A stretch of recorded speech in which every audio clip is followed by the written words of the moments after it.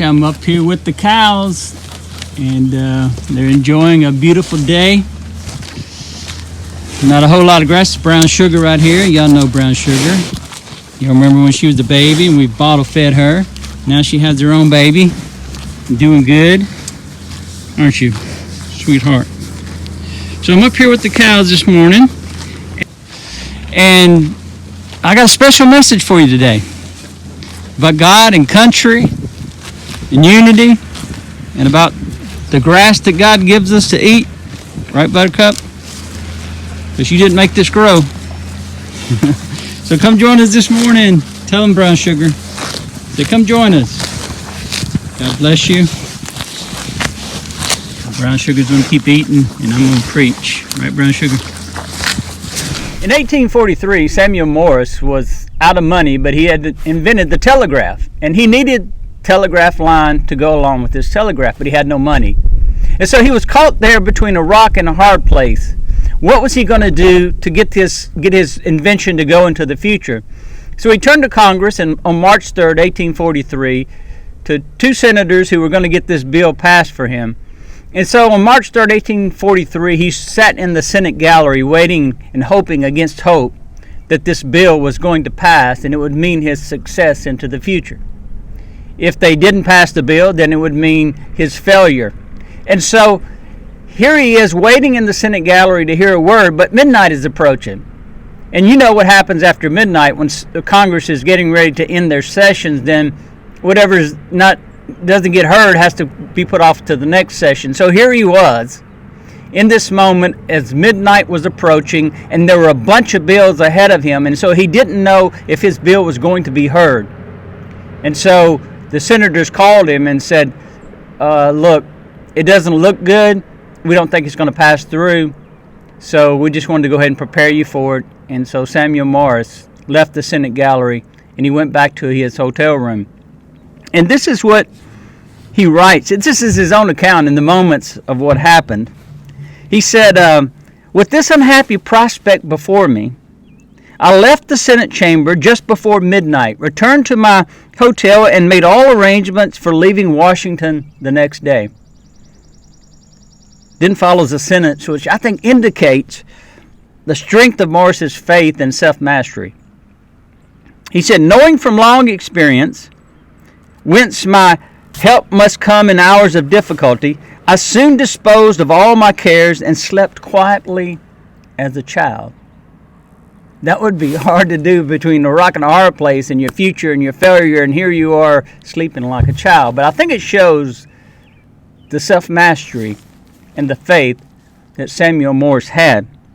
Well, the next morning he woke up and he was eating breakfast there in the dining room, and he was called out of the dining room, and there was a call for him, and he got on the phone, and it was one of the senators, and they said, you will not believe what happened, but right before midnight, your bill and a bunch of other bills made it through Congress, and so your funding for the telegraph line is secure. You ever feel like you're caught between a rock and a hard place where you don't know if the future is going to be success or failure? And it's depending upon a lot of situations that are out of your control, like it was for Samuel Morse. But now we know in 2020 that the telegraph line was one of the most successful inventions in American history. So how are you doing today? We're all in between this rock and a hard place. And how we go forward is going to make all the difference in what happens to us in the nation and in history, because we're at a moment, a pivotal moment in history where they will look back one day, 100 years from now, and they will say, what kept America going and what kept America alive was this. And that's what I want to talk to you about today, is the thing you do when you're caught between a rock and a hard place. And I want to turn to the account of the children of Israel when they approached the Red Sea. Remember, they'd been in slavery for 400 years, and finally God freed them through Moses, and they left Egypt. And it says that they left Egypt ready for battle. They've been in, and it says that God led them around the long way because he knew that they weren't ready to face any kind of war. But here they are trapped in between a rock and a hard place, and they're getting ready to face the sea or the enemy, and they can't go forward, they can't go backward. They turn around, and here's Pharaoh's army, thundering 600 chariots toward them. The ground is shaken, and they realize that they're about to be decimated. They can't go forward, and they can't go back. And so, what do you do in a moment when you know you can't go forward and you can't go back? God says this. He said to them, as Pharaoh approached, the Israelites looked up. This is Exodus 14, 10 through 12. And there were the Egyptians marching after them. They were terrified, and they called out to the Lord. They said to Moses, was it because there were no graves in Egypt that you brought us to the desert to die? So it didn't even take facing the Philistines to get them to the point where they were discouraged enough and ready to return back to Egypt. So they didn't face war, but they were chased by war. And then they were at a moment, at a obstacle, at a blockade that they didn't really know how to go forward into the future. And that's where we are as a country. We know we can't go back to the way things always were before coronavirus. And we're really not sure how we're going to overcome the obstacle of the Red Sea to go forward. And so let me talk to you about that today. Because it's very important what we do in this moment. It will make everything be great, or it's going to make everything go backward in a way that we don't want to go back. We've accomplished too much. It's like the children of Israel. They had accomplished their freedom. And here they are out there, and they've come a long way. They didn't get to go the short way. They came a long way to see. And they spent a lot to get to where they are. And so how they handled this rock and this hard place made all the difference in the world. And that's where we are right now. Because I can guarantee you that just like Pharaoh decided in his heart that he wasn't going to let them go, and he took off after them after he said they could go. Half defeated and frail and bitter Pharaoh, or king, will never be out of the question, be out of the scene until it is vanquished, until it's defeated. And we're facing a virus that has a crown, coronavirus. And this crown, this king, will not be out of the picture until it is defeated and vanquished. And for us to think that we can all just go right back into the same freedom that we had before is to believe that everything has changed because the enemy has been defeated, but the enemy hasn't been defeated. So we're still between a rock and a hard place. So what do we do with this moment? Now, I'm all for America getting back to work. But all I'm saying is this. America does not know how to live in freedom, in moderation. The one thing that society is addicted to is what we're blind to. And it's what everybody will be compulsive into, because whatever America is addicted to, it's this: freedom. We like our freedom. I like my freedom. I like my freedom here on the farm. And we're addicted to it. And when we see everybody else enjoy it, we don't know how to have freedom in moderation. It's like having an alcoholic say, all right, I'm going to drink in moderation. America is addicted to freedom, and we don't know how to do it in moderation. That's all I'm saying. Is that the way we go forward has a lot to do with our addiction of freedom and our moderation of that freedom. If we run right out there and we do the same thing all over again, we go right back to the same freedoms that we have, then we're not facing the obstacle in front of us. We're basically running back to the enemy is all we're doing. So how do we go forward, opening up our economy and defeating this crowned virus into the future? Now, Moses answered the people, in Exodus 14:13 through 14. He said, "Do not be afraid. Stand firm, and you will see the deliverance the Lord will bring you today. The Egyptians you see today, you will never see again. The Lord will fight for you. You need only to be still." And so they were caught between the rock and the hard place, and what they wanted to do more than anything was to do something. And so the twofold command of God was this: what is to be done? Stand still. Stand firm. And we've done that in so many ways. And so we're caught between a rock and a hard place. We cannot retreat. That is our sure destruction. Nor can we go forward, which seems to be an impossibility because we don't know how to go forward. So here they were, Egypt behind them and the Red Sea in front of them. And they had to hear the word stand still, stand firm. And we've heard that word, and there are other words that are whispering to us now that are a little bit louder than stand firm, and it's despair. It whispers to us, give up, complain against God, complain against government, complain against your mama, your daddy, your children, your dogs, your cows, complain, despair, give up. And we're better than that as a people. We don't let despair whisper in our ear what we should do as far as giving up.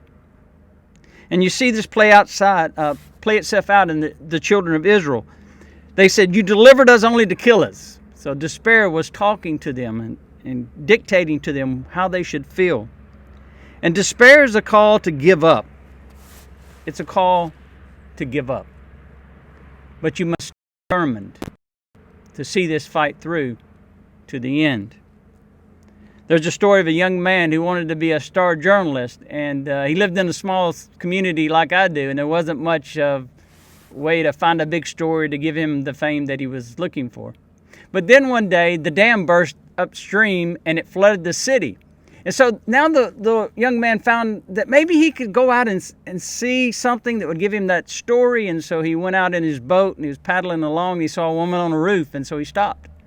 He tied his boat off and he climbed up on the roof with her, and they sat there and they watched things float down the river. And she said, "You know what? There's a good story. You could write about things that float down the river." And he said, "No, that's not a good story." And then they saw a hat float down the river, and it went 180. We went down the river and then turned at 180 degrees and came back up the river. And then turned 180 degrees again and went back down the river. And then turned 180 degrees again and came back up the river. And the boy said, "Now that's a story." And the woman said, "No, that's not a story. That's my Hayford. He said he was going to mow the yard come hell or high water." Determination, come hell or high water, is where we are.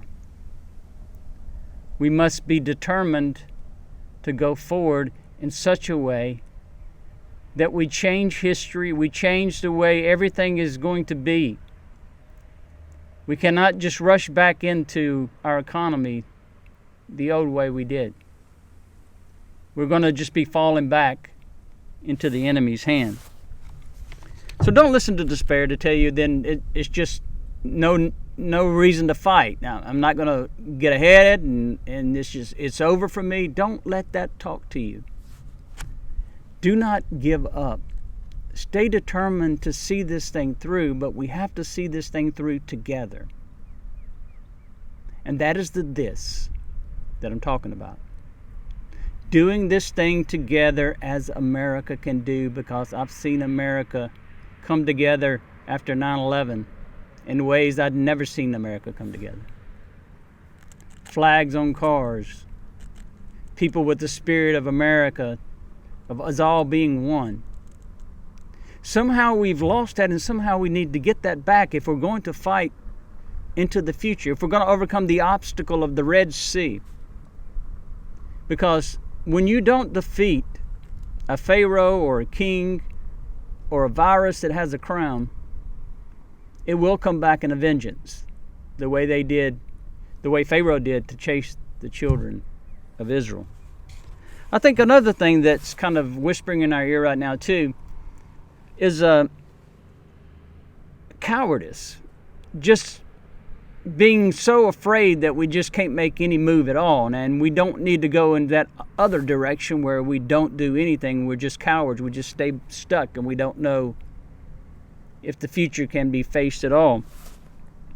It's the opposite of courage. It's a whisper that says retreat, and that's what the children of Israel wanted to do. They wanted to retreat. They wanted to go back to Egypt, go back into slavery, because what they knew more than anything was slavery. They were addicted to powerlessness and victimhood. And whenever you get yourself in between a rock and a hard place, then what you want to do is you want to go back to what you were accustomed to. And that is the fear that I have for America, is that we will go back to what we were accustomed to, because those days are no longer there. Here we are in this rock, in this hard place. And if you're not careful, then what we do is we go back to what we were addicted to in the past, and America's addicted to freedom. Your freedom, my freedom. But we cannot do that. So, here's a key point. This is Richard Rohr. Letting go is not in anybody's program for happiness. And yet, all mature spirituality in one sense or another is about letting go and unlearning. And so the thing that we must do now as spiritual mature people is we must unlearn, and we must let go. Unlearn what we've been living in the past, and now let's let go and let's move on into the future. And some people call this a paradigm shift. And we're in a moment of a great paradigm shift where what we see is changing. And we must make this shift along with it. And that moves us from what is to be done to the second thing here, the twofold command of God. First was, what should I do? Second one is, what is to be seen? He said, stand firm and see the salvation of the Lord. They were to see something that they'd never experienced before. Yes, that the plagues and all of that had freed them, but they're getting ready to see the people who abused them, the people who they were victims of, were about to be wiped off the face of the earth. And so here's a key point. God changed what faced them, not what chased them. Now understand that. God changed what faced them, not what chased them. So God didn't call down fire from heaven and consume Pharaoh's army. He didn't do that. He could have done that. He could have done anything he wanted to do. God is God, and God can do what he wants. And God can do what he wants right now. But the problem is God usually works inside of nature, inside of laws. There are moments like at the Red Sea where he comes in outside of nature and he changes some laws and he makes things happen. Now, I'm not saying we all sit around here and we wait for God to come in and change some laws and all that. I think we can figure this out. We have common sense. We have doctors that are incredible. So God changed what faced them, not what chased them. So he used the obstacle to defeat the enemy. So the way that we defeat our enemy is that we go through this obstacle that we've been given. And this obstacle is this phase 1, 2, 3 that's so confusing sometimes. You just, what is it? What can you do? What can't you do? How many people? What? How many people can go to this restaurant? Are they going to wear masks? Or they wear gloves? Will they bring the silverware out to me on a disinfected plate? I mean, how is all of this going to work? And so the thing to understand is that God changed what faced them. And that's what's going to change in America, is what we're facing, how restaurants work, how small businesses work, how we interact as a church. All of these things. It's a paradigm shift. And we must shift with it, or the enemy will not be defeated and vanquished. Exodus 14, 15 through 16. Then the Lord said to Moses, "Why are you crying out to me? Tell the Israelites to move on. Raise your staff and stretch out your hand over the sea to divide the water so that the Israelites can go through the sea on dry ground. I will harden the hearts of the Egyptians so that they will go in after them, and I will gain glory through Pharaoh and all his army, through his chariots and his horsemen. See, we're not ready to go forward until we have first stood still. And we've done that. And we're not ready to go forward until we've seen the salvation of the Lord too. And you'll see the salvation of the Lord that I will show you today. So it wasn't a show and tell, it was a tell and show. God always tells before he shows. And that's where faith comes in, because he says faith comes by hearing. He tells and then he shows.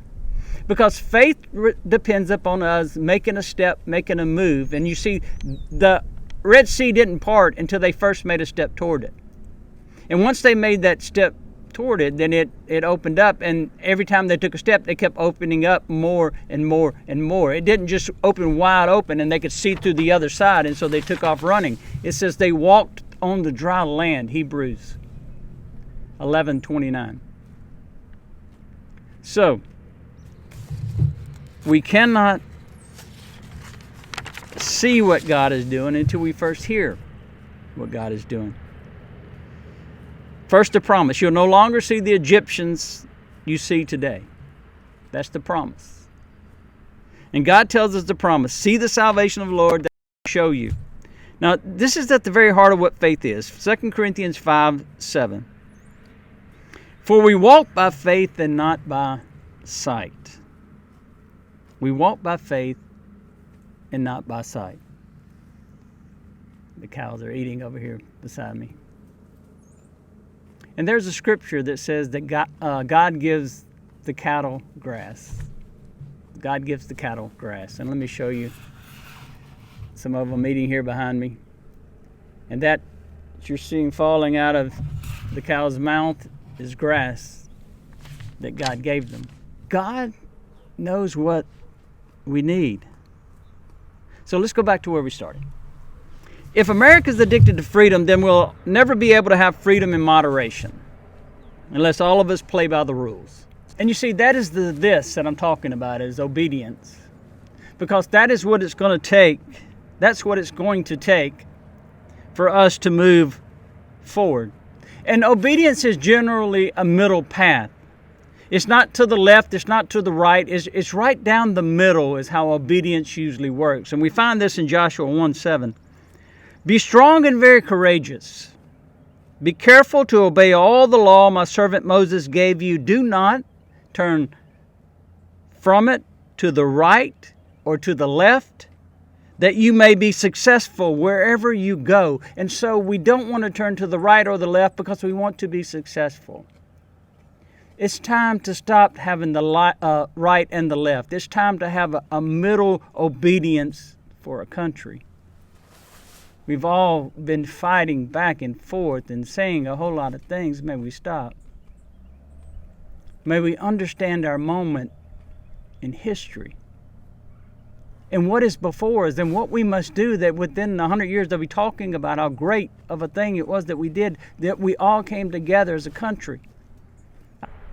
We need that moment of freedom, but it must be freedom in moderation, and that only happens if we're all obedient to the rules.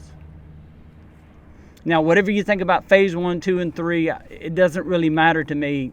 Good, bad, ugly, just not something that we should pick apart, but should be obedient to. Because the one thing that happens a lot of times, I know my cows, I'll see one off to the side, and I know that they need a little something extra, and I always carry around some pellets in my truck, and so I'll get out and I'll sneak some under the fence or something, and they start bawling like, hey, he's bringing pellets, and the whole herd comes running. And I wanted to say to her, if you would have just remained quiet, you would have had all of these to yourself. You see, that's the way freedom is for America. We see other people having freedom, and we all want to run to the same freedom. And it's not going to happen under the plan that we've been given. So everyone has to be obedient to the plan. And then they will say, America was at its greatest in 2020 when they came together and they were obedient. The children of Israel walked upon dry land in the midst of the sea. They didn't get to see all the way through to the other side. They had to take one step after the other step, and that's how faith works. We walk by faith, not by sight. And this is a walk of faith into the future. We know that. And we must do it together. When Christian Herter was governor of Massachusetts, he'd been out chasing votes all day long, and so he went right through lunch, didn't eat lunch, and so he was so hungry and famished, and one of the last stops of the day was at a church barbecue. And so he got in the serving line, and he went up to a woman who was putting chicken on plates, and she put one piece of chicken on his plate. And he said to her, I'm really hungry, may I have another piece of chicken? And she looked at him and said, only one piece of chicken per customer. And he was always kind of an unassuming man. He would never push or do anything like that. But that was a moment when he was really hungry. So he pushed back a little bit and he said, I don't think you know who I am. I'm the governor of this state and I'd like another piece of chicken. I'm really hungry. And she looked at him and said, I don't think you know who I am. I'm the woman in charge of chicken. One piece of chicken per customer. Now move on. We all must know what we're in charge of. If it's a state, let it be a state. If it's a church plate at a church barbecue that only gets one piece of chicken, then let it be that. And it breaks my heart to look across the country and see all these long lines of people who are hungry. And then to see farmers who are out destroying their crops. And we're America and we can't figure out how to make these two things come together in such a way that we all benefit. And that's what we will have to do to go forward, is to find some kind of unity together. No more left, no more right. Please. People are hurting out there. I worked in the psych hospital for 10 years. I know what poverty can do. I know what mental health looks like when it goes bad. So let's all come together and let's figure this thing out together and go forward.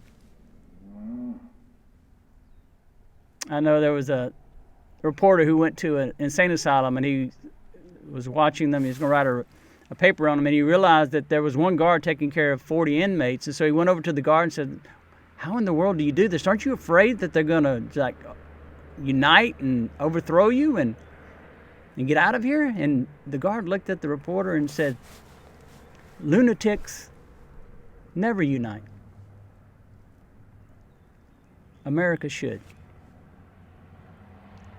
And that's what I'm calling for today as a farmer, out in the field with his cows behind him, is that we can come together and we can beat this. We can get through the Red Sea. We can let the obstacle destroy the enemy. And our obstacle might be the phase 1, 2, and 3, but if we go through it, it will defeat the enemy. And that's the great thing about the Red Sea, is the Red Sea defeated Pharaoh's army as they went through after the children of Israel. So let's come together. Let's be better. Let's do what's right. Let's be obedient. Because God knows people are hurting. And I know people are lonely. And I know it's dangerous out there to jump out there too quick. And I know it's even more dangerous sometimes to have an economy fall. So we're in between a rock and a hard place. And we can do better than what we're doing. If we're all obedient to one another, we can see this thing through. I know we can. And they'll look back one day and they'll say, what a great moment in the life of our country. So please today, let God get us through this one step at a time. Don't turn to the left. Don't turn to the right. Be great people with great faith great humility, and great unity.